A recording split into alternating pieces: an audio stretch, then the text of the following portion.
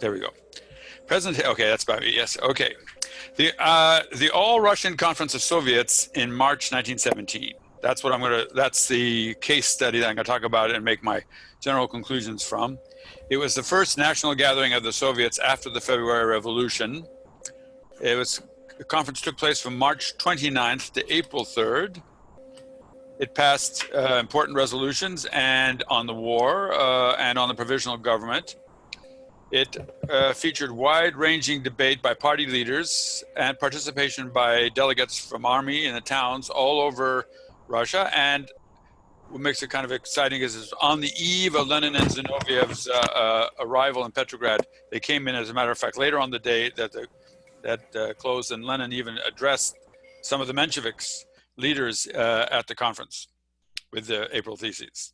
It's an overlooked but revealing event. It's been mostly overlooked by historians, but partly thanks to the pandemic. I had all the minutes and the notes I've Xeroxed it a long time ago, but owing to the lockdown, I sort of sat down and read through it very carefully. So this is, in some sense, this is hot off the press, trying to make sense of this new material.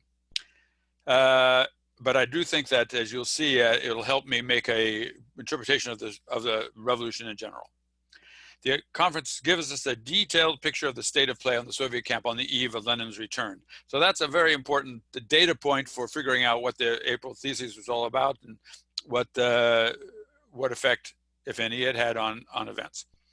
Then what I'm going to be talking about most of this talk is the unwritten constitution.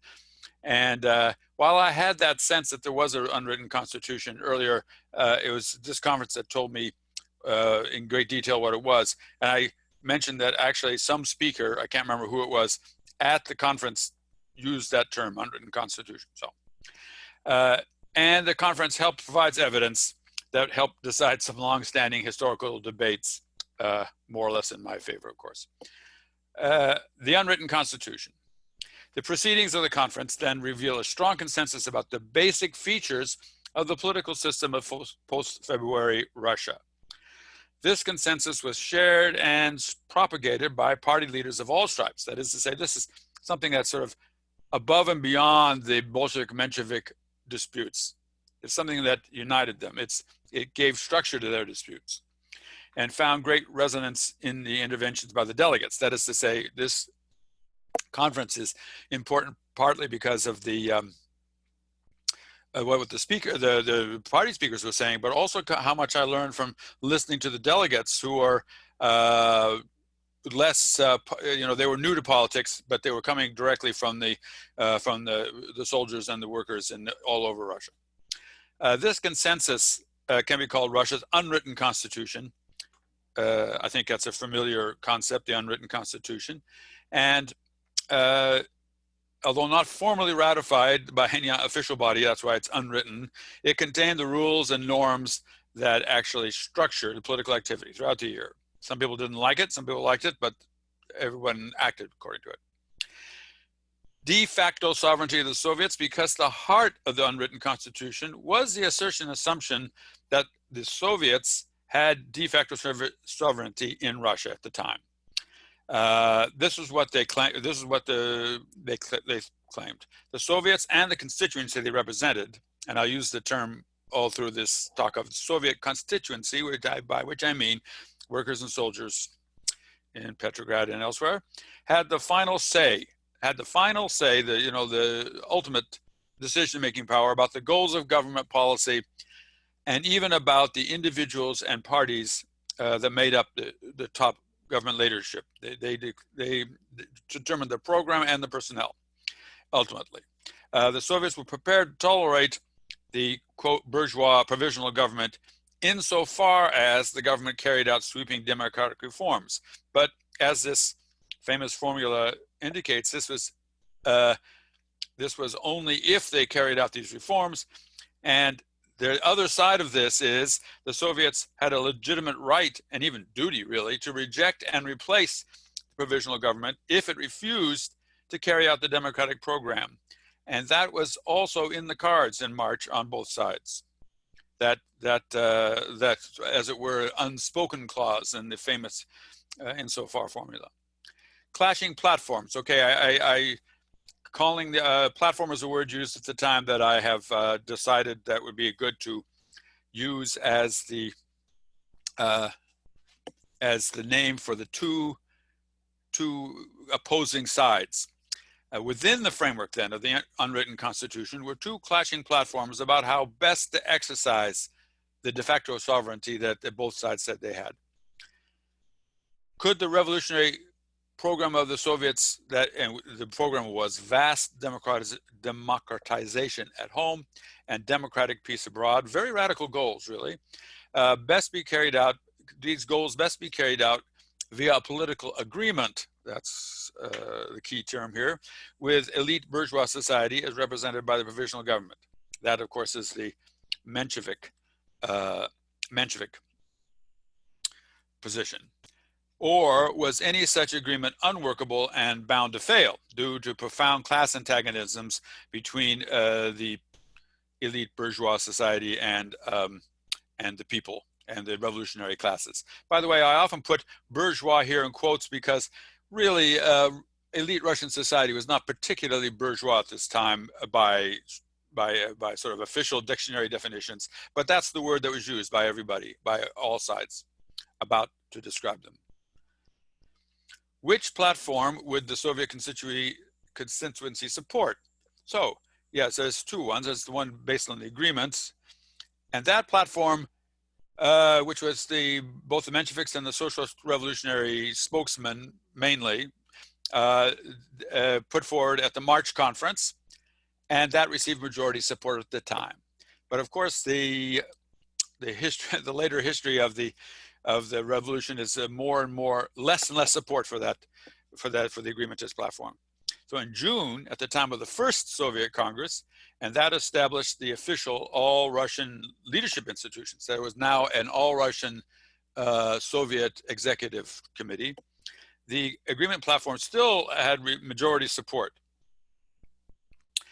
But as the March Soviet conference shows, the one that we're looking at, the Bolsheviks had already made themselves the spokesman of the anti-agreement platform from the very beginning of the revolution.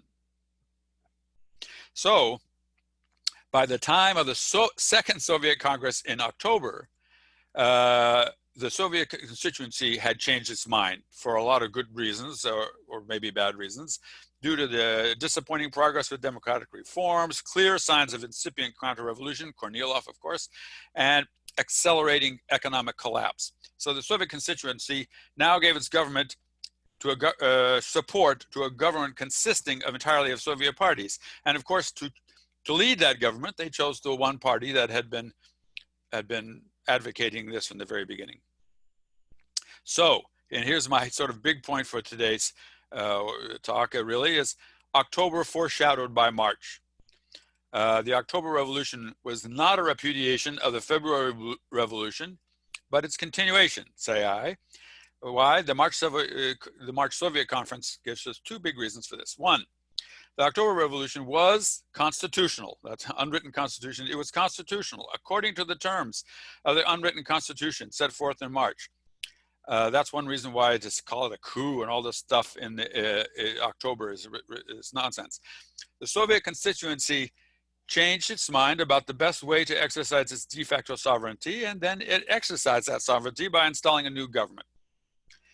And furthermore, if you look closely at the March conference and the debates and the two sides, you'll see how vulnerable the agreement platform was from the beginning. They made all sorts of risky promises that they couldn't keep. Despite receiving majority support at the March conference, the eventual alienation of the Soviet constituency, I argue, was predictable from this conference. Okay, so before I get into all this, a few preliminary points to help us navigate the material. First, two vocabulary items, which I always have to go through the idea of the vlast. That's a Russian word that I'm trying to get into circulation. And by now, some of you probably have gone through this with me. But anyway, here it goes. So I've used the term de facto sovereignty, and I'll use it again. But the Russian word used in these debates was vlast. Vlast has been translated in many ways, in fact, so many ways that its meaning and centrality have been obscured. And here are some common translations: power, government, regime, authority. And the trouble with this is that historians just choose, they don't make clear to the reader that all these terms refer to the same thing. And just depending on context, they will say power, government, regime, or authority, or whatever. And so you lose the fact that these people are talking and arguing about the same thing. Well, what is vlast? It can be defined as the sovereign authority in a society, the institution with the right to make ultimate decisions and see those decisions enforced. I'm not going to talk about it here in this talk, but this shows why dual power, or what as I translated, double vlast, was so scandalous, because you can't have two vlasts.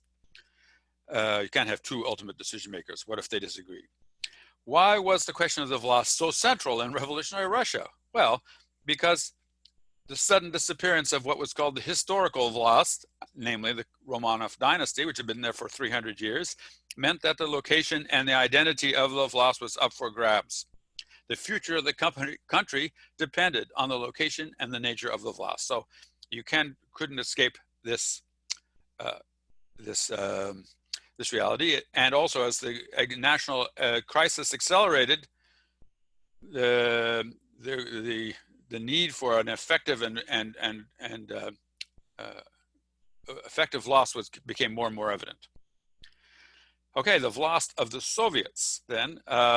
According to the unwritten constitution of March 1917, I say, the Soviets had the vlast. They had the ultimate power. In other words, Soviet power was declared at this time. Okay, so if I say that, you say, well, what about the slogan, all power to the Soviets, or vся власть Sovietам? What did that mean? Why was that controversial? The key word in this Bolshevik slogan is all. This slogan meant that de facto sovereignty must become de jure sovereignty. You couldn't mess around with just pretending that the government had the vlast, and that the government must be composed exclusively of Soviet parties. All vlast has to be with the Soviets. Any political agreement with bourgeois parties must be rejected. So the all power of the Soviets is a slogan within the unwritten constitution. Okay, so agreementism. Okay, again, this is a word, I'm taking it, it's my new translation of a common Russian word at the time. But it's a very straightforward translation.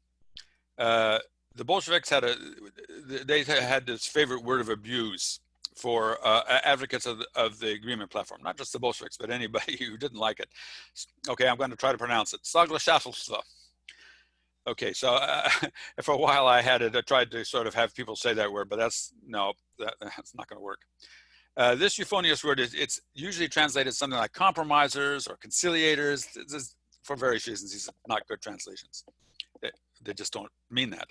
A better translation can be found, I found it in an older English translation, compromise mongering. That gets you the idea. But number one, the word is very straightforward. It's based on the very ordinary Russian word soglashenia, which has the very ordinary translation agreement. That's just what soglashenia means. So whence my translation of soglashательство as agreementism.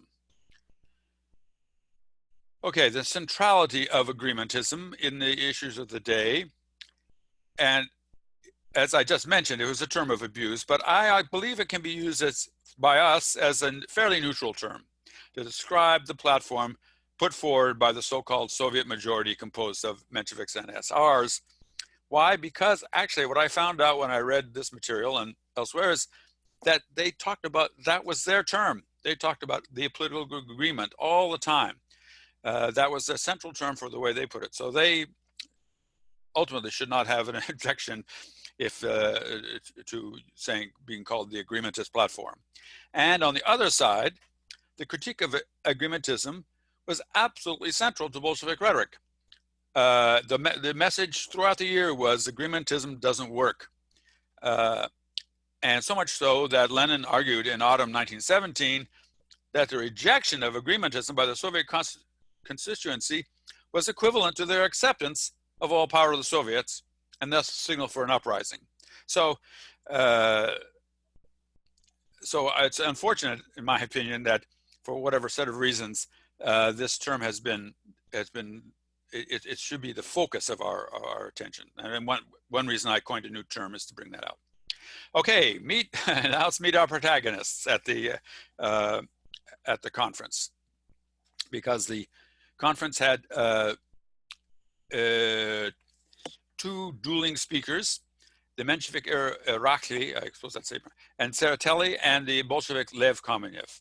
They both eloquent speakers, and they both showed how their speeches showed how the clash between the two platforms was dramatic and highly visible on a wide range of issues. And in my view, the essentials of political debate do not change throughout the year. The two platforms face each other throughout the year. Okay, Tsereteli was a Menshevik. He came from Georgia, not Georgia, southern United States, but Georgia, south of Russia.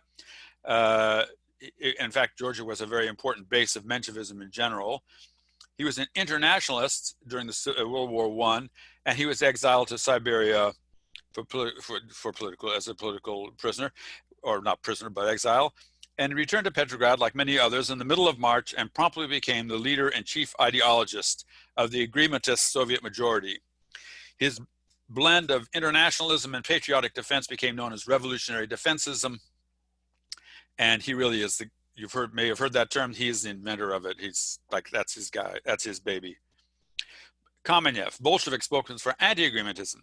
Okay, Lev Kamenev was one of Lenin's top lieutenants before the war.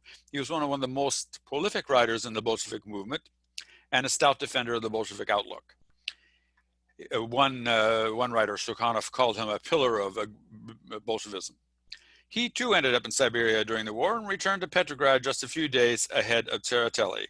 He arrived at the same time as Joseph Stalin, and these two senior leaders more or less took over the leadership of the Bolshevik organization in Petrograd.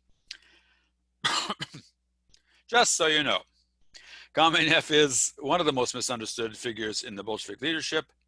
One value of these debates at the March conference, they provide extensive documentation of what he actually did say and stood for. And the views expressed by Kamenev at the conference are the polar opposite of the views ascribed to him by mainstream historians, both among active academics and activists. And it's not just a matter of being fair to Kamenev. Inaccuracies about his position have very wide implications for our understanding of Bolshevism in 1917. More on this later. Okay, I want to say something about clash of platforms in the party system.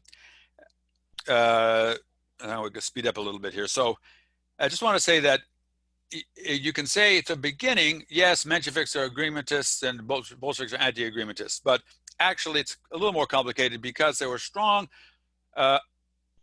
anti-agreementist minorities among the Mensheviks and the SRs, but there was no corresponding agreementist minority among the Bolsheviks. So for the Mensheviks and SRs, they had an internal split over the most crucial issue of the revolution, and that created serious problems for them. As I put it here, the SRs exploded, they split into two, and the Mensheviks imploded. They sort of fell apart and were sort of incoherent. In contrast, the Bolsheviks united, and then I have a little footnote here about, yes, there were some Bolshevik agreementists in March, but they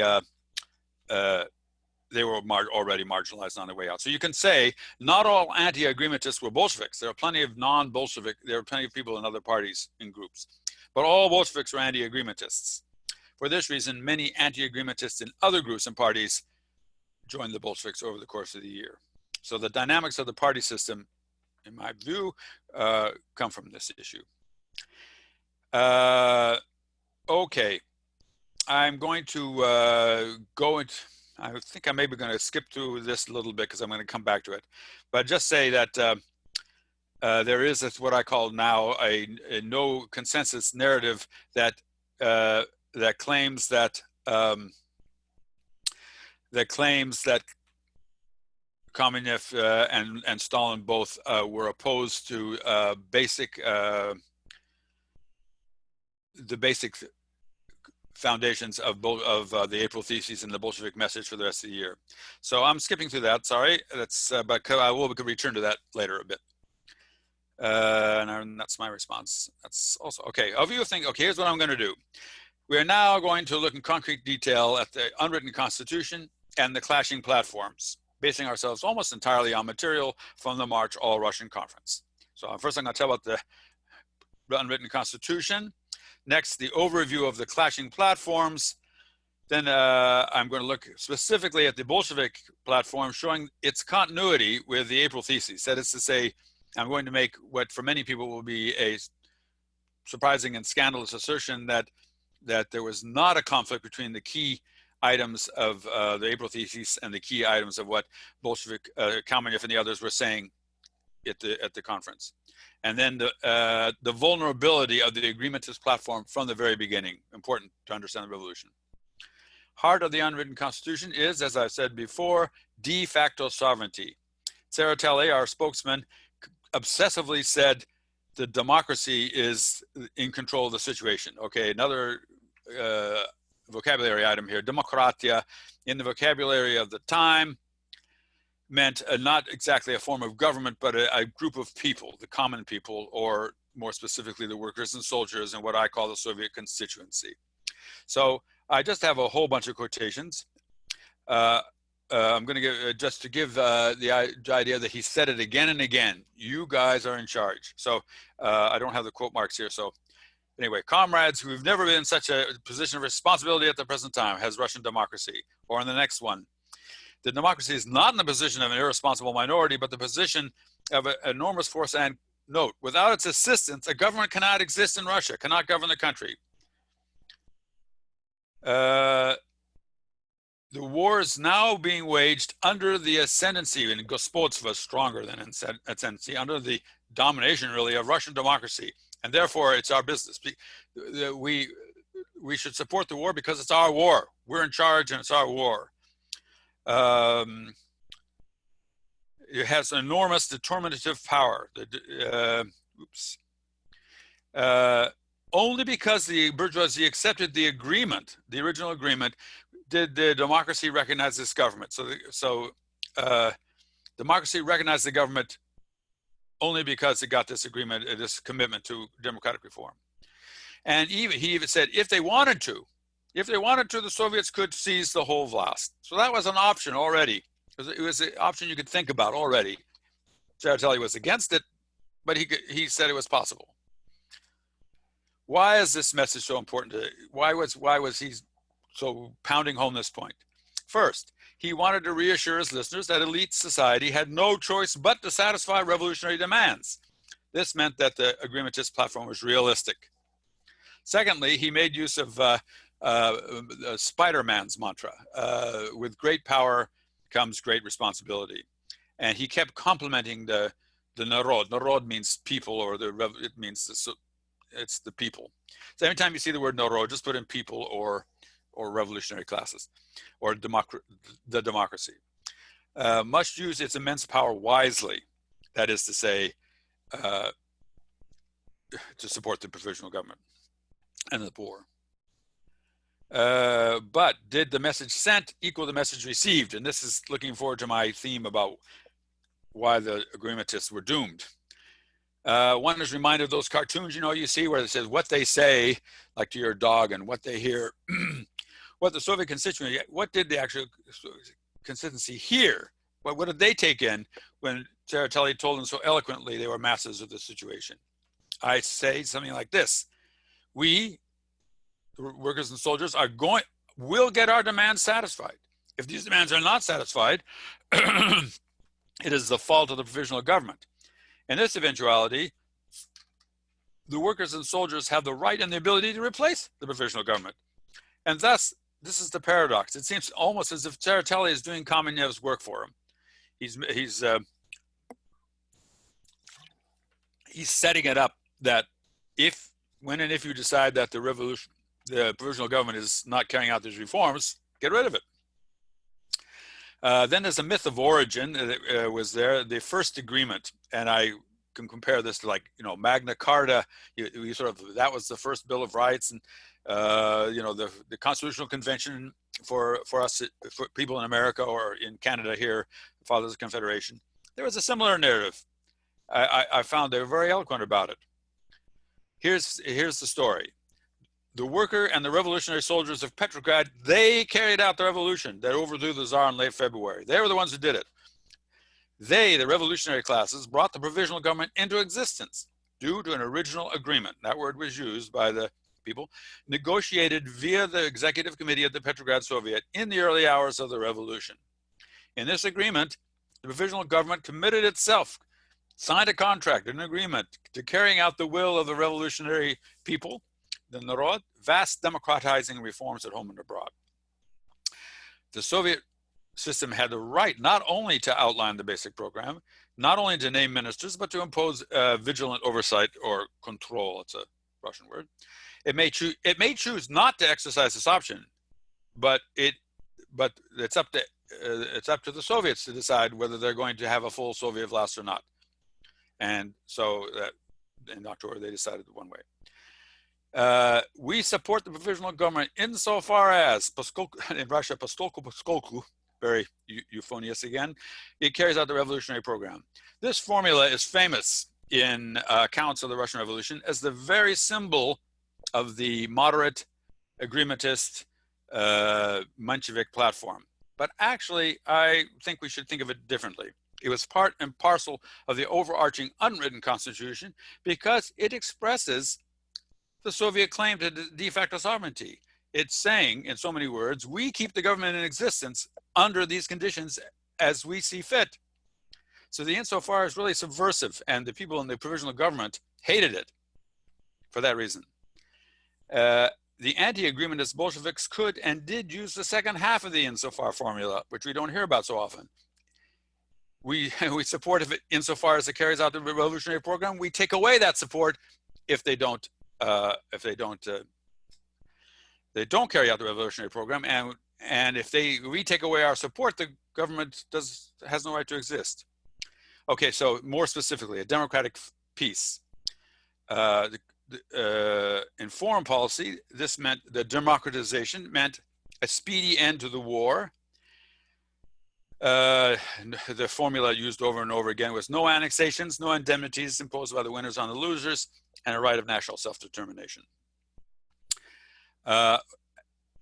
For this and for all other parts of the unwritten constitution, there was an agreementist way and an anti-agreementist way of achieving this common aim, which I can go into if people want to ask. Okay, in the meantime, defense. Okay, so this is also easy to misunderstand what's going on here. The choice facing the Soviet constituency at this time was not revolutionary defense versus defeatism. Defeatism was Lenin's slogan in Europe before the revolution. He dropped it after February. Both Mensheviks and Bolsheviks, including Lenin and Trotsky, recognized the need to defend the country until a general peace had been signed. They said again and again, Lenin and Trotsky and everybody, that we're not stopping, we're not having a separate peace. We're not just putting our bayonets in the ground. I call this the shtick in the mud because, oh well, never mind. Shtick is the Russian word for bayonet. And Lenin said, we can't just put our shtick in the mud and go home. But like so many other issues, there was an agreementist and an anti-agreementist way of defending the country. So really the Bolshevik position in 1917 was not defeatism and not anti-defensism, but anti-agreementist defensism. Okay, I can also explain that. At home, democratization meant the committees, which is what sort of people in elite society sort of said, oh my God, the committees, they're taking over. What is it? They called it that an exasperation and fear, and it means a variety of things. Soviets all over the countries, the committees elected by soldiers in the garrison at the front. What's this? An army with elected committees, peasant committees of all sorts and kinds that they kind of needed to rely on to get food and till the land, and worker committees in the factories, and lots of other kinds, but those were the main ones. Land of the peasants. The March Conference did not really debate two key issues, the economy and agriculture, but they did pass resolutions on these questions. And so it was clear what was going on. Land of the peasants, long held core of the Russian revolutionary aim back in 1905 and now 1917. So not much to say about that. But this is interesting. The Menshevik Vladimir Groman was far from a radical in politics. But economically, he said, listen, there's a crisis going on. We need state regulation so extensive that it amounts to state control of production and distribution. And he also said this has a strong anti-capitalist bias. They're getting huge profits. We have to stop that, etc. We have to, we have to favor the workers. In many respects, Groman's vision of state regulation was economic state regulation was more vast and all-embracing than the measures proposed by Lenin, specific measures like nationalization of the banks as steps towards socialism. And so that's important to see that there again it's the controversial part is not calling for a vast economic regulation that borders on socialism. It's calling whether the Soviets should do it or the provisional government should do it. Another feature of the unwritten constitution, deep suspicion towards the bourgeois government. Everybody called the provisional government the representative of the bourgeoisie. No one said it's a national government with legitimacy. It was the representative of the bourgeoisie, and we're letting you run things because we find it convenient. You guys know what you're doing, and maybe we don't. But because of this suspicion, everybody agreed on the need for constant pressure and vigilant oversight. Just keep an eye on what these guys are doing.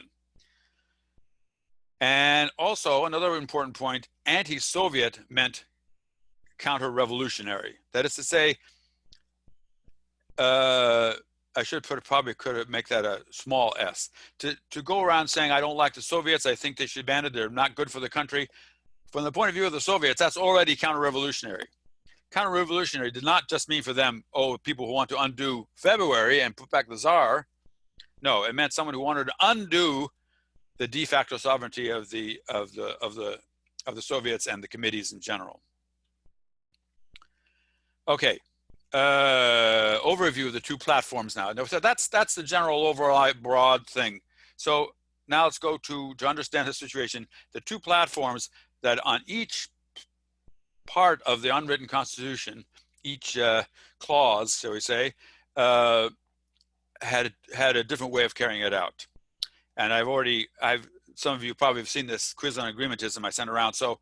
But I'll basically be using that material. To sum it up in 2 words, each one, I took just a couple of words, and short enough to fit on a banner, but expressing the core of the platform. So for agreementists, it's the path of agreement. We can best achieve our revolutionary goals by means of a political agreement with elite society. Such an agreement is both possible because enough of the bourgeoisie is willing to go along, and necessary. The democracy will be isolated and therefore doomed if it tries to go it alone.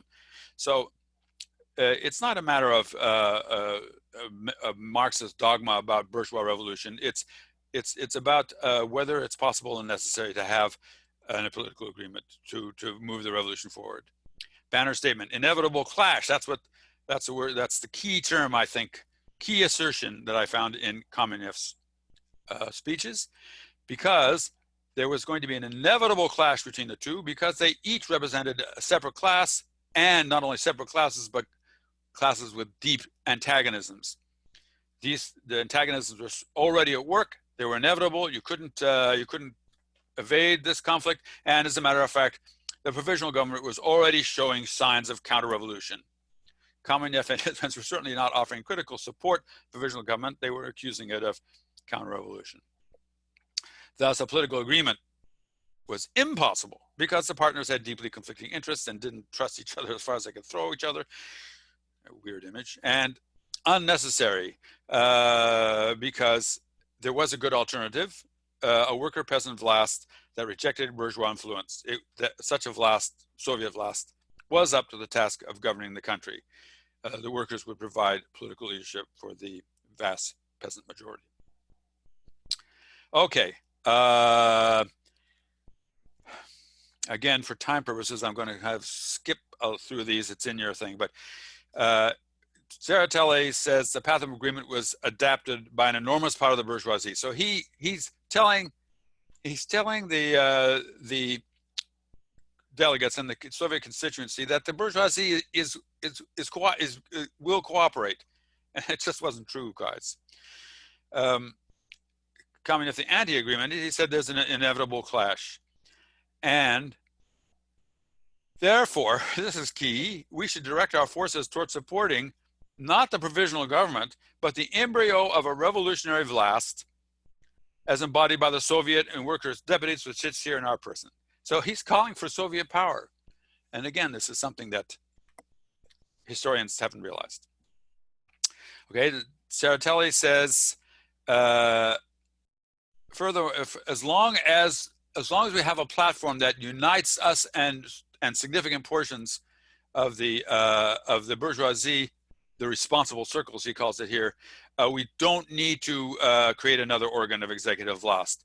This statement is interesting because it shows that Tsereteli needed to refute this, that the idea of a Soviet vlast was already present at this conference, and Tsereteli had to explain why it wasn't a good idea. And then in the next one, he sort of says, because we have this agreement, it's okay to support the war, to fight the war. It's no longer an imperialist war. Bolshevik Kamenev, the anti-agreementist, says a long and eloquent thing here about this is a robber war. It's the imperialists. They imposed it on the people. Just good, strong left-wing anti-imperialist rhetoric.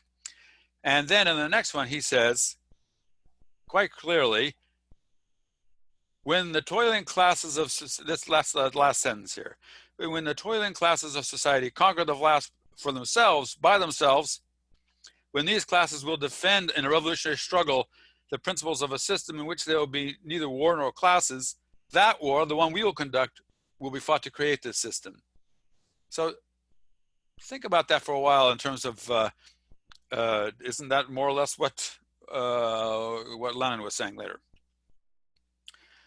Okay, so now I would just want to make the point, underline the point that I've been hinting at all along, that the anti-agreementist platform and the April theses do not conflict. In fact, they're the same on the key items.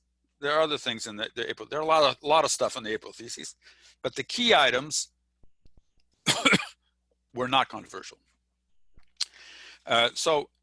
However, historians overlook this because they're so dedicated to the proposition that the April theses repudiated what the Bolsheviks have been saying in Pravda and so forth. Lenin did have criticisms of Pravda, but they weren't on these issues. Again, if you have questions, I'll go into the idea of what his problem was. Okay, so since Lenin said the war was imperialist, then we assume that Kamenev and co. were revolutionary defensists. Since Lenin said in the theses no support for the provisional government, many people assume that Kamenev granted legitimacy to a bourgeois government. He wanted no more than to apply pressure, but certainly not to replace it or overthrow it. Since Lenin called for a vlast based on Soviets in the path? I don't get that. I don't know what I meant there. Since Lenin called for a vlast based on the Soviets, Kamenev must have rejected any such goal. Since Lenin rejected any sort of unification with other socialists, with socialist agreementists, important, Kamenev must have supported such unification. Okay, but the conference speeches are vital and overlooked evidence. And, you know, let me say something. These speeches, it's about their, I don't know, 20 or 30 pages. I have yet to see any trace of these speeches in any secondary source, not counting invaluable memoirs from the early 20s, but no, anything in the last 50 or 60 years, no one's looked at these speeches, no one's mentioned it. So when people say Kamenev said this or that, they are not aware of this evidence. I've shown elsewhere we don't need these speeches to refute the myth of Kamenev and Stalin as moderate Bolsheviks, quote unquote, in March. However, they do provide the final nail in the coffin of this myth, as this following brief survey will show. Imperialist war. These are all quotations. I'm sorry I don't have the quote marks. All quotations from Kamenev for these speeches. So imperialist war, well, here he is talking about we need to turn the Russian national revolution into a prologue of the uprising of the peoples of all the warring countries against the Moloch of imperialism. He went on and on and on like about how the war is imperialist and we need to have a world revolution against it and so forth. Support for the provisional government. Well, this is what he said. I think there's only one position we can take if the revolutionary democracy, that's another word for the Soviet constituency, absolute lack of confidence. Absolutely, absolute lack of confidence. You can't get stronger than that, folks. In the government, and this government did not arise from the milieu of revolutionary democracy. No, it came out of the milieu of militaristic bourgeois circles. Support for government, and at the same time, Kamenev was insisting there was incipient counter-revolution going on already. And he said the comrade from Pskov, a speaker a delegate at the conference, said that we breathe an atmosphere of counter-revolution. Yes, that's right. We breathe an atmosphere of counter-revolution already, end of March. This same government, the provisional government, is the banner that's covering up the organization of counter-revolution right now. We must say this counter-revolution that is being organized is already attacking the Soviet and worker-soldier deputies. So Kamenev did not support the provisional government. He also called for full Soviet power. There are two parts of this. First, the will of the Narod expresses itself in one organ, and one organ only, the Soviet system, throughout the entire land. Therefore, we speak not of support for the provisional government, but exclusively of support for these Soviets of worker and soldier deputies. And then he says, again, the first paragraph is Kamenev speaking. Okay, look at the last part of it. Although right now we do not want to overthrow this provisional government, we do not want to take the initiative of any revolutionary struggle against this government at the given moment, at this very minute. He couldn't be more clear that he meant not now because we're not quite ready. We don't have support and other good reasons for not doing it now, but later, a month or two. Thus, Kamenev was not calling for an overthrow of the government and the full Soviet power, was calling for an overthrow of the government and full Soviet power, only not right this second. And Lenin, when he came back, did not disagree. Both of them said, we don't want an overthrow now, but we want one as soon as the Soviet constituency agrees with us. Okay, I'm going to party unification. I can't quote Kamenev because it didn't come up in the speeches. However, I just want to say something about that because it's always in the stories about the April theses. Lenin and the Bolsheviks had a consistent stance. Unification with any internationalists is okay, in fact, good. The internationalist was a term that meant anti-agreementist. Unification with the defensists, i.e. the agreementists, is taboo and not. This is what the Bolsheviks were saying before Lenin came and after he came. There's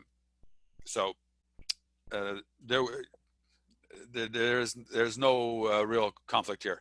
And unfortunately, commentary on this topic makes no distinction between these two, unifications and non-unifications. They just say party unification, and that gums up the whole issue. Okay, what about socialist revolution? Well, first of all, I'm going to say exactly what Lenin had to say about socialist revolution in the April thesis. It's a complicated question, so I'm not going to go into it right now. I'm glad to talk about it. The big point is this, however: the core Bolshevik message, the anti-agreementist platform, did not require a call for socialist revolution to make it plausible. And that's the key point here. All the above key issues, the war, the relation to the provisional government, call for Soviet power, party unification, they make perfect sense in the context of a democratic revolution. And Lenin and Trotsky said this themselves in 1917. Trotsky changed his mind later. They both said Soviet power is a mandate of democracy. In fact, because the Soviets represent the majority. In fact, the Bolshevik views on all these topics were developed precisely in order to carry out the democratic revolution to the end. So that's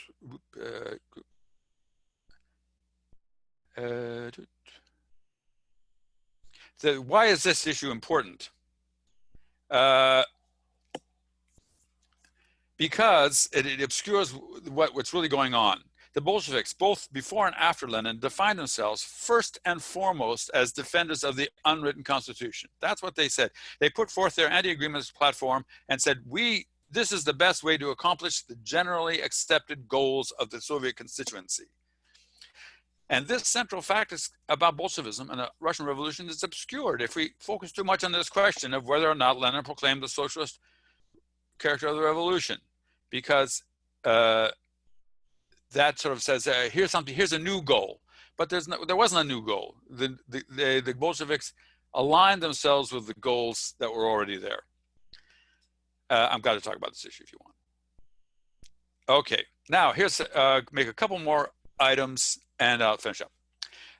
First, here's something I found that surprised me at the convention, at the conference.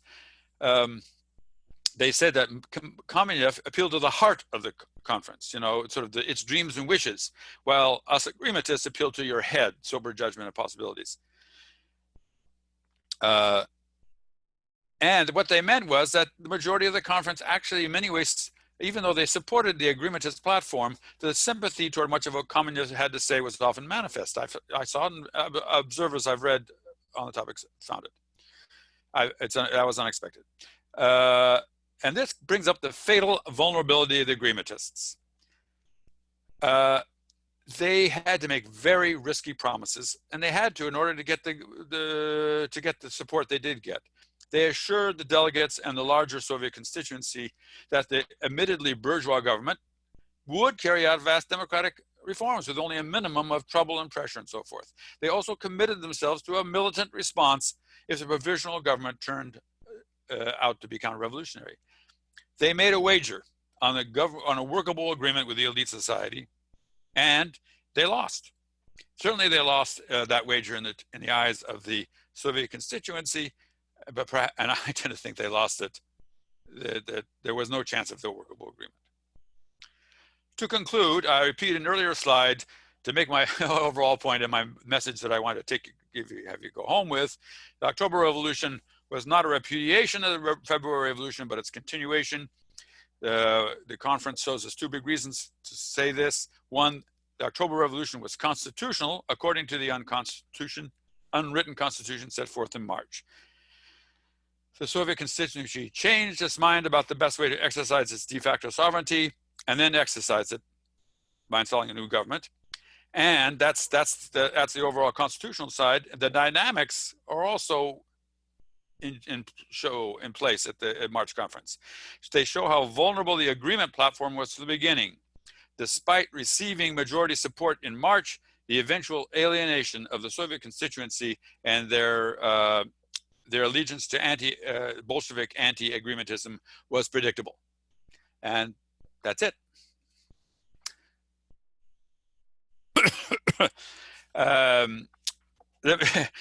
The sort of memory of was there about Kautsky. It reminds me of one of my favorite anecdotes about the Russian Revolution, which I'm going to retail here. It goes back to 1900 or 1899 when Lenin finally gets out of Siberian exile, and he finally meets up with Martov, and this is just the time when Bernstein is making his play, and so he meets Martov, and they're meeting in a sort of small, I gather it was almost a hut near the Russian border, and they meet for the first time, and they talk. One of the kids belonging to the host, they would go on and they would imitate him, and they would walk back and forth, with their hands behind their back, going, sort of stride back and forth. And one would say, and they'd stroke their beards, and they would say, Kautsky, and the other one would say, Bernstein, and the next one would say, Kautsky, Bernstein, because they were imitating what Lenin and Martov were obsessing about at the time, namely Kautsky and Bernstein. So they'll never go away, those two. Okay. Yes, a very interesting question about how how this, I'm saying, oh, Kamenev said this, and people say he says the opposite. How did they come about? And it's a long, complicated question, but I'm going to, the historiography of the whole thing. But I'm going to just mention one thing, which was very, very interesting, which is what I call the Bolsheviks beating up on Bolsheviks. That is to say, key elements of the whole April thesis narrative comes from top-level Bolsheviks trying to polemicize and discredit other Bolsheviks. So it goes like this. That first one is Trotsky tries to discredit Kamenev in 1924. So he takes out certain statements out of context and tries to prove his point with that. Then later on, Trotsky again expands it and tries to discredit Stalin in, I think, around 1930. When did the Stalin School of Falsification come out? Anyway, and he releases at that time, for the first time, the transcript of the March Bolshevik Party conference, which was going on concurrently with my conference, the one I'm talking about. And he says, "See, this shows how silly silly Stalin was being." And actually, Stalin comes, if you read it carefully, is not being silly. But and then Stalin gets in the act, and in the short course, he tries to discredit Kamenev. He takes over Trotsky's critique of Kamenev, puts it in the short course, and of course he's always criticizing Trotsky. And then after Stalin dies, Khrushchev gets into the act and tries to discredit Stalin by showing that he disagreed with Lenin in March. And again, the same procedure of taking over, grabbing one out of context statements. And all these hatchet jobs, what are they doing? They're Bolsheviks trying to discredit their opponents by using the Lenin cult as a stick. You say, aha, you disagree with Lenin. You are a bad Bolshevik. So that goes, but okay. And historians, even, Trotskyist historians will side with Trotsky, but practically everybody is sort of saying, well, they agree with the critiques.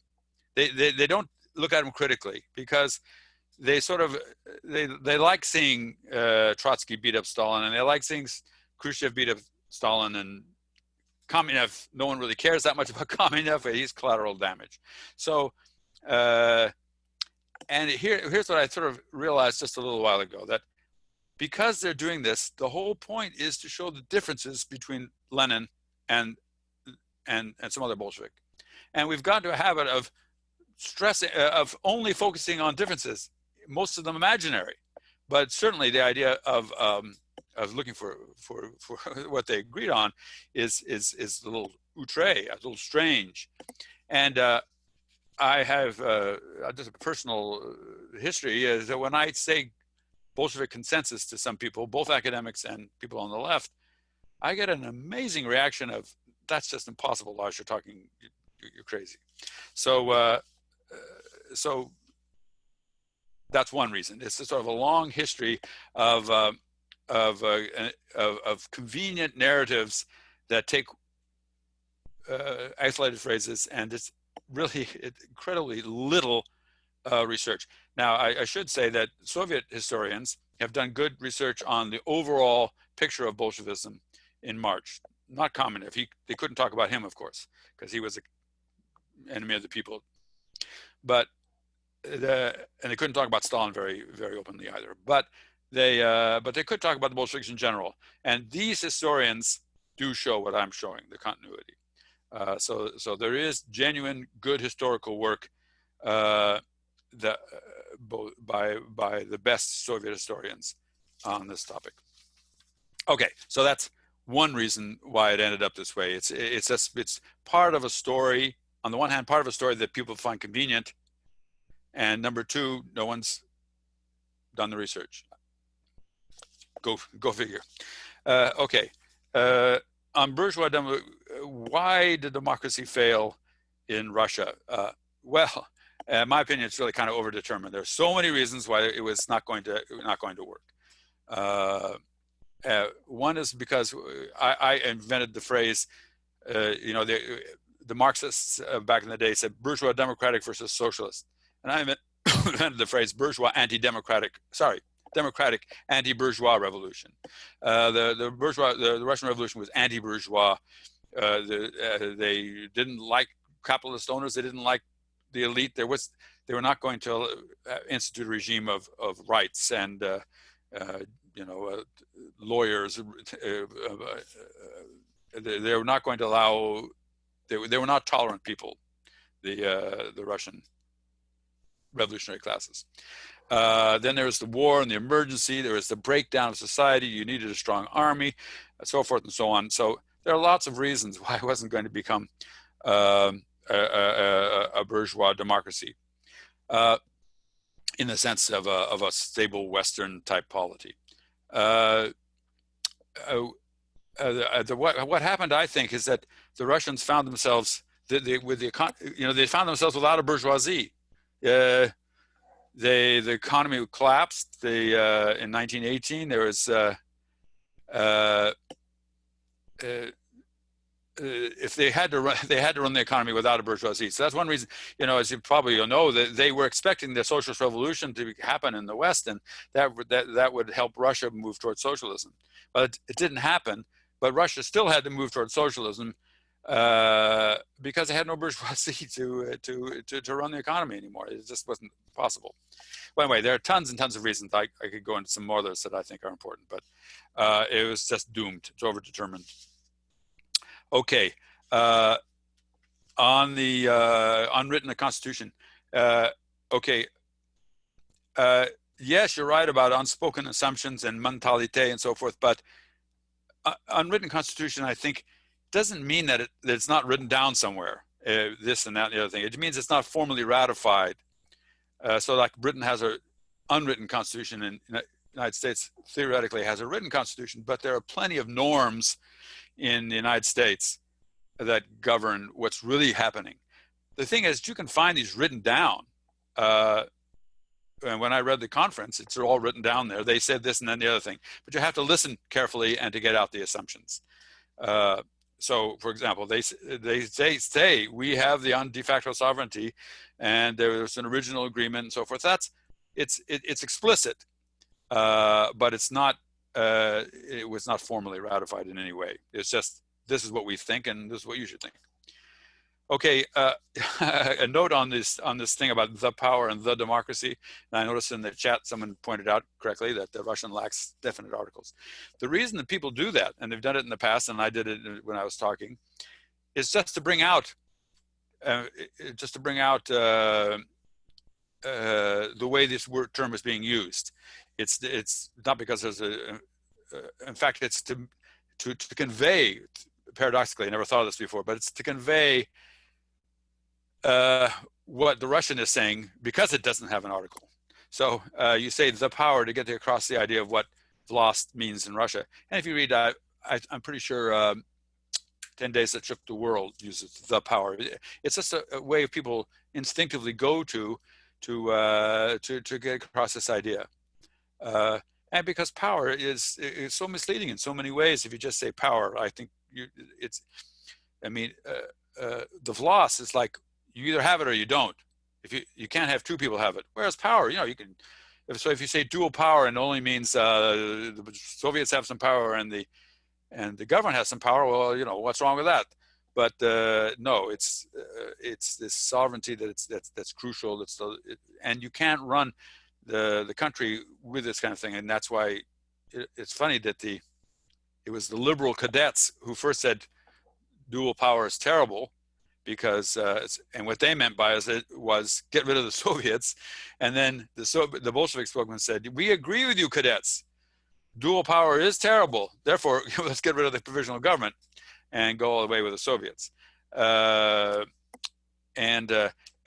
I'll just say, well, I was also struck on this, reading the conference and listening to the people from the localities. These guys had to deal with the bad consequences of dual power, or double Vlast, I think is a better term, because in the army, who speaks? If the government says one thing and the Soviet says one thing, who do you obey? And they did say different things at different times. And the same with the people out in the provinces. They sort of, do we, the local Soviet, have a, do we say what's going on, or is it some landowner that the provisional government has put in as the commissar? So this was a hard driving question, and the Bolsheviks again put themselves into the sort of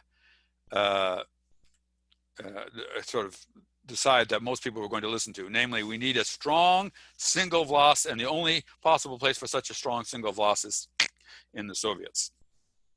And about the French Revolution and all that sort of background, well, I'll skip on that because I really don't have much to say about that. Perhaps it'll clear up some confusion if we look at what Lenin said in State and Revolution about the Soviet form of government, and that's distinct from the idea of the Soviet as a vehicle for the class power of worker and power, workers and soldiers and peasants. And what's important for 1917 is that the class vehicle part, the democratic norms, the sort of no police, no bureaucracy, that was never a very important part of the Russian Revolution. Okay.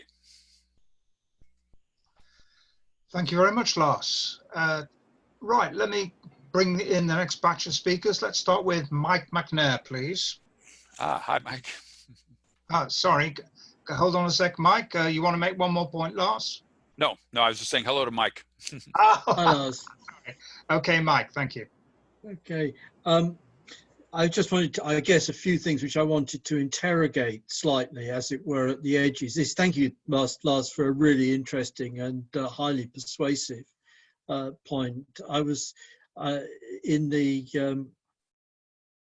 discussion of John Riddell's point. Actually, he cross-referred to what you were going to say, in the sense that I raised the point in discussion that, in essence, the Soviet, the Tsarist state had actually already fallen apart in February, and that you were not actually in an analogous situation when you were in Germany. Happened with the April theses. So Jim Cregan gave the Senate story, and he very properly cited E.H. Carr, a major historian who supports this. And I can give you even more authoritative sources that will support this story, namely Alexander Rabinovich. I've just recently been looking very closely at his two books on Bolsheviks in early 1917, and so he's lock, stock, and barrel.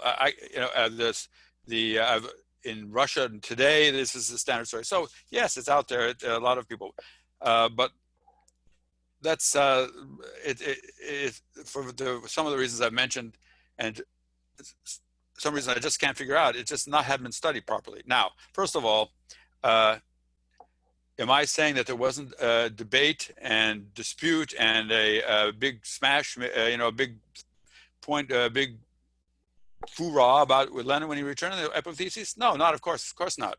That's on the record. Everyone says it, and they're true.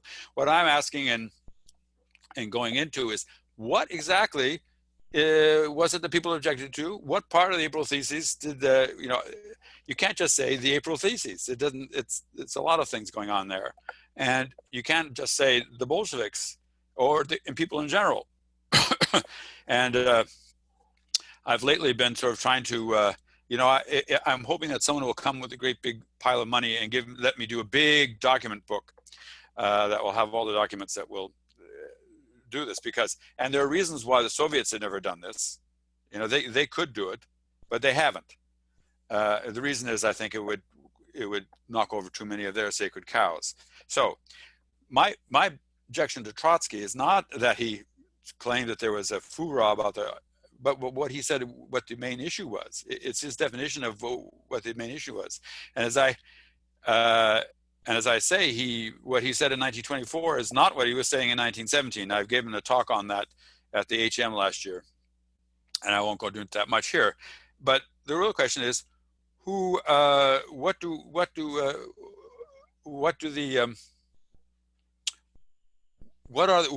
the issues? So, and you know, if you look at the debates, I've sort of read the debates then at the two-party conferences you mentioned. It's all in the book. I haven't found anybody who stood up and said, I don't like the April thesis because the war is really, actually, the war is not imperialist. Lenin says it's imperialist, but it's not. I didn't see anybody who stood up and said, why is he so mad at the provisional government? Why does he say that Guchkov and Milyukov, these two longtime imperialists, why is he so mean to them? No, all Bolsheviks knew that the war was imperialist, and I had some eloquent quotes I just gave you, and they all knew that the provisional government was run by the bourgeoisie, and that these guys were longtime imperialists. They had no expectation of that they were going to do that. So let's be. So I want to get into detail on two things. First, the famous thing about the bourgeois democratic revolution is not over. Okay, let's take. What does that mean for a Bolshevik to say that? The bourgeois democratic revolution in old Bolshevik was, in order to carry out the bourgeois democratic revolution, we have to install a worker peasant vlast, a provisional government, a revolutionary, he had other words for it at the time, a revolutionary democratic dictatorship. We have to get a Soviet power. He said the bourgeois democratic revolution isn't over because the peasants don't have the land yet. Therefore, there's still revolutionary potential. It seems to me, says communist, that you, Lenin, are overlooking this fact. And Lenin came back and basically said, no, you got me wrong. Of course, I'm not overlooking that fact. So they worked it out. And if you if you read Lenin's response to these people, you will see that he is trying to clear up these misunderstandings. Now, who did say, Lenin, you want socialist revolution, and that's crazy? It was the Mensheviks. It was the Menshevik. I just read the Menshevik paper. Almost the very first, even before they were printed in Pravda, the April theses, the Menshevik paper had a critique of it based on his talk, and there it said Lenin wants a course. He's setting a course for the socialist revolution, which, oddly enough, was never said by Lenin or anybody else in 1917, but later on became a mainstay of Soviet historiography, that Lenin called for a course na socialistisku revolutio, and that I think a very ironic and a good story that actually that theme comes from the Mensheviks. Also Plekhanov also said Lenin wants Soviet power, but the only reason you would want Soviet power is socialist revolution. So and Lenin specifically answered Plekhanov. It's in an article called The Basic Question. I put it in part of my series for John Riddell a while ago. He specifically said, this is a slander and a libel. I didn't call for socialist revolution in Russia. That would be crazy. It's got a bunch of peasants here, you know. I mean, we can move towards socialism, but socialist carrying out socialist measures in Russia is not on. So whatever else he was saying, he wasn't saying. The odd thing is that it's Plekhanov, Menshevik version of what the theses are saying is now dominant, and we're getting from Lenin supporters, even though Lenin and Trotsky themselves deliberately and explicitly refuted it. So back to the bourgeois, when what the liberals wanted was for the revolution to stop. They wanted it to end. They said the revolution's over. What the Mensheviks also were very near. They said, it's a political revolution, but we don't want it to go too far into social. What Kamenev was saying is the revolution is not stopped. It's not ending.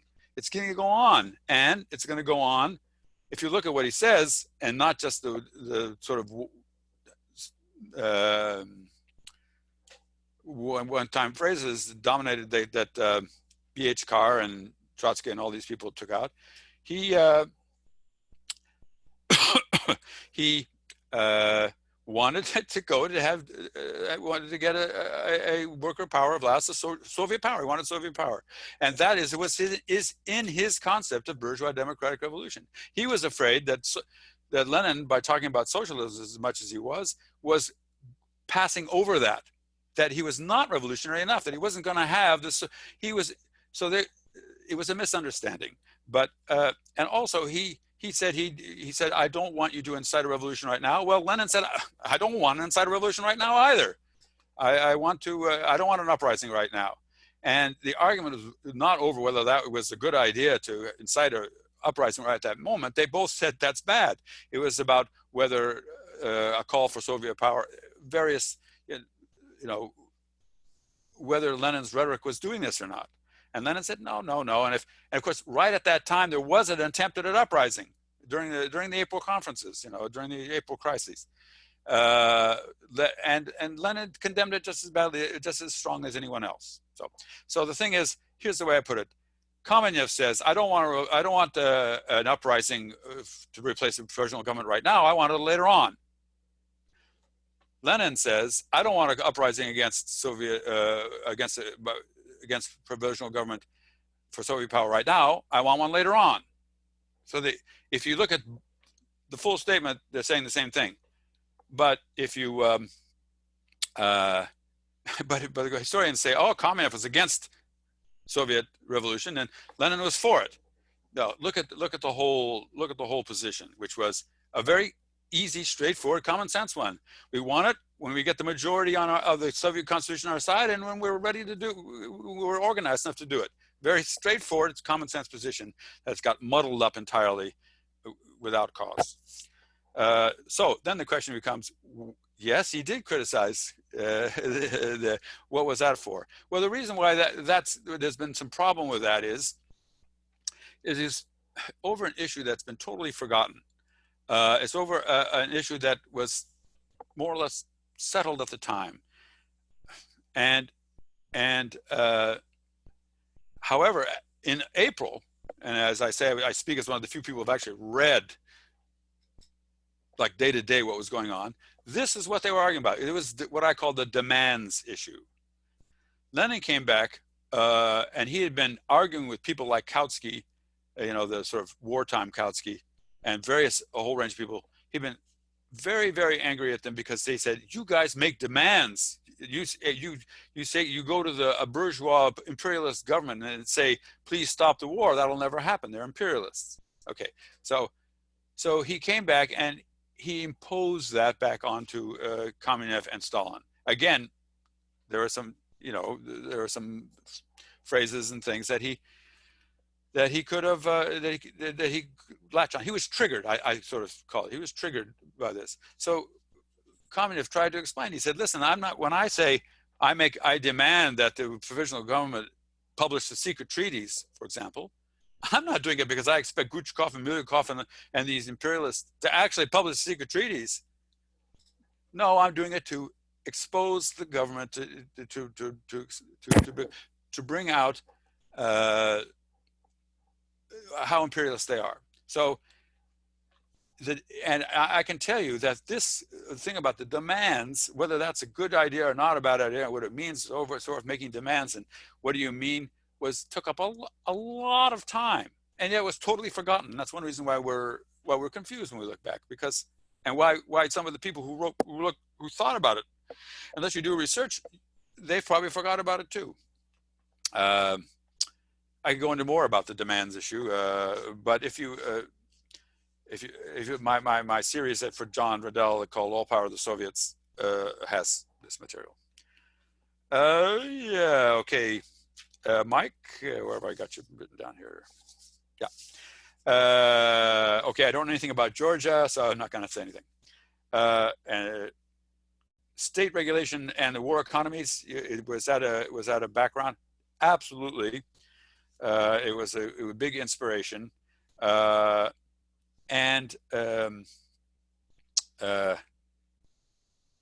fact, I quote in my Lenin small Lenin biography, I quote Lenin as saying, "Wumba for the people."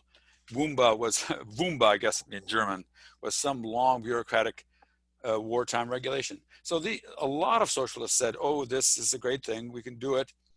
It's not socialism because it's still the capitalists, but it is a step towards socialism because it is, it's government economy. So yes, the war economies and the fact that they were doing these regulations was a big, big positive example. On the party unification, I guess there are two things there. One, whether defensism versus internationalism is a different opposition than agreementism versus anti-agreementism.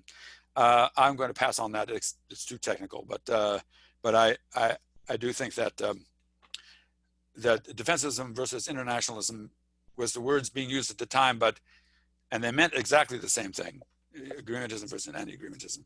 But for our analytic purposes, I think agreementism is better, if only because the Bolsheviks were did support, toward the end of the year, they were saying, get rid of the provisional government. It's not carrying out a good defense. It's allowing capture of this. It's not getting the things to the troops. So they made themselves the sort of champions of defense. Also, there was a military offensive in June, and the Bolsheviks said, listen, you're on the offense. You Mensheviks are supporting the offense. You're not doing defense anymore. So on the other hand, you can sort of say, I'm not going to sabotage the war effort. But if you go around saying, publish secret treaties, we're fighting for imperialist war aims, you're sabotaging the war effort just by doing that. And all Bolsheviks did that, and they were doing it again before Lenin showed up. The campaign to publish the secret treaties started before Lenin. Kamenev and other Bolsheviks at the March conference were saying, we got to do the Bolshevik, we got to publish the secret treaties, and Tseretelli and the other guy said, no, you can't do that. The secret treaties issue, one of the most important issues in 1917, was already in place before Lenin.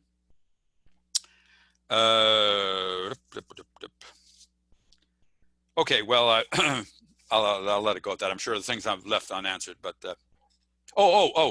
yeah, sorry, Anne, about the women. No, there was no discussion of women questions at the March conference. And secondly, something I'm not quite sure of, but there seem to be no women delegates either. There seem to be no women delegates here or I was looking at the second Congress, and no one says it and no one explains it to me. But when I look at the list of delegates, I don't see any names that I can say are women, except for, I don't know, maybe Kollontai or someone. So there's some very big mechanism going on that's keeping women from being delegates. And I'm not sure what it is. I'll just throw that out. And okay, so I started on this my article first published on this was like 1911. I was sorry, not that long ago, 2011, and I was looking at it the other day, I'm not, in some way, I'm not, Alan and Jim are perfectly within their rights to say it, because there's a lot of standard objections that that people make, and I felt compelled to check them up, follow up the leads, and I found it very educational in each case. So as Jack mentioned, I have written an article in the 13-2 provision, and again, as indicated, the debate there was not over. If you actually look at what people were saying, no one had any particular problems except with that demands issue that I mentioned. Nobody was saying, I'm for the war, I'm for the government, I don't want Soviet power. That was not what they were discussing. The vote was about whether or not they should prohibit any specific objections. And again, in telling this story, I rely on archival evidence that's been around since 2003, but no one has taken up and used yet, which was that two of the participants in this 13-2 wrote a letter of protest to the historical people saying the minutes distort our view. because it doesn't say what that 13-2 vote was about. And then Pravda, if you read Kalmanev's Pravda articles, number one, I won't go into it, what he says. Again, I'll repeat what I was saying. He's not the war, it's not the provisional government, it's not. In fact, and this has been totally neglected, it's right there in black and white. He says, we stand against revolutionary defensism. That's one of the, and we think that Lenin is, he's breaking through our orthodox because we stand against revolutionary defensism. And so whatever else he was doing, even as he's making clear his problems with the theses, he's saying at the same time that he is against revolutionary defensism. And he, by the way, as a little footnote, he was asked by, the second article especially, he was asked to write it. He didn't want to write it, but they said, no, get your objections out there. We want to have a party discussion. So it isn't like he was fanatically running around saying, I must challenge Lenin. They wanted him to do this. And in his very first one, for example, he says, Lenin wants an entirely new party. Well, why did he say that? Why did he say that Lenin wants to throw away the Bolshevik party and have an entirely new party? Because Lenin had said, and Lenin had said in his things, I want to rename the party. I don't think it should be Social Democratic Communist. Well, he misunderstood. Communists misunderstood what Lenin was saying. It sounded much more radical. Lenin, when he first read off his thing, says, I don't want any police. I don't want any army. That sounded very radical. And again, he had to explain it out. So we got to be precise about what the objections were and to what they were referring. And the fact is that they simply were for Soviet power. They said, I want Soviet power. I quoted some stuff in my talk today, and I could quote lots more. So we're not going to get anywhere if you don't. Now, one thing I think could help clear up, I mentioned this before with State and Revolution. It's fine that I think it is a new idea of Lenin that it's a new kind of democracy, that the Soviets are going to be the state form, that this is a uniquely democratic sort of thing. That's a new idea of Lenin's, and it's not that people really sort of object to it one way or the other. Fine, but how relevant is it to our messaging right now? Do we go out and say to the factory people, we need Soviet power because we need to get food on the table for you and to end the war? Or do we need Soviet power because we won't have any bureaucracy and we'll have frequent re-elections? It was the first one. It was the message, we need Soviet power for these concrete reasons. So, I mean, theoretically, we can discuss bourgeois democracy versus proletarian democracy. As a historian of the Russian Revolution, it just was not one of the things that people were buying about.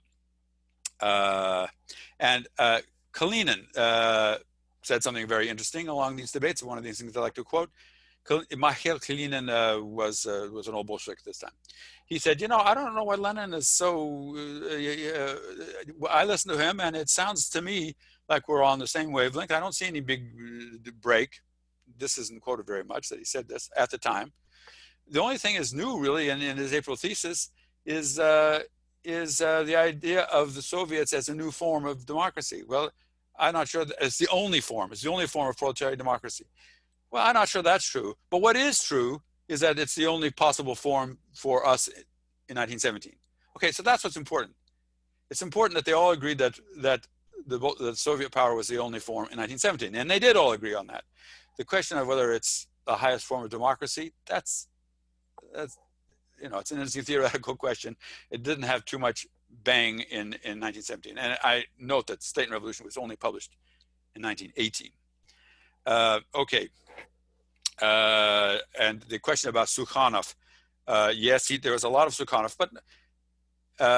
but he also could read Pravda, and he took out some of these articles from Pravda, and he also looked at the conference records. So this goes on to whether I'm whether I'm accusing Trotsky of.